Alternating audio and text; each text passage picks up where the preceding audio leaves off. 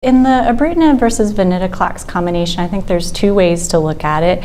One is the safety of combining the two drugs, and the second is the efficacy.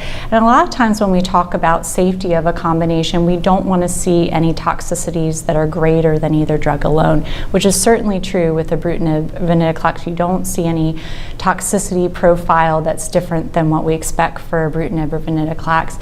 But the interesting safety thing about this combination is patients were treated with Ibrutinib first for 3 months before the combination. And so from a safety perspective, it actually helps if you think of it that way, because patients had reduction in tumor lysis risk, reduction in disease bulk before they started Venetoclax, and then their risk of tumor lysis went down.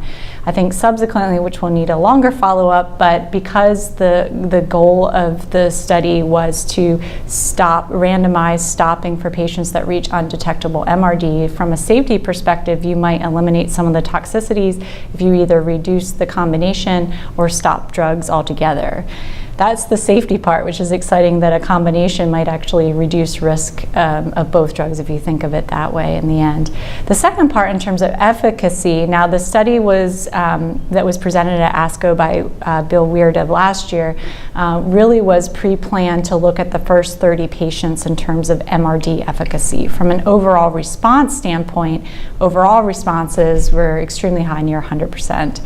For the MRD part of looking at the first 30 patients, confirmed MRD testing negativity was about 75, 77%. And again, this argues, though you need the rest of the trial to finish and follow up, that patients who would be appropriate for combination therapy might have lower toxicity and time-limited therapy with achieving of MRD, which we know in CLL is a very important marker for long-term remissions.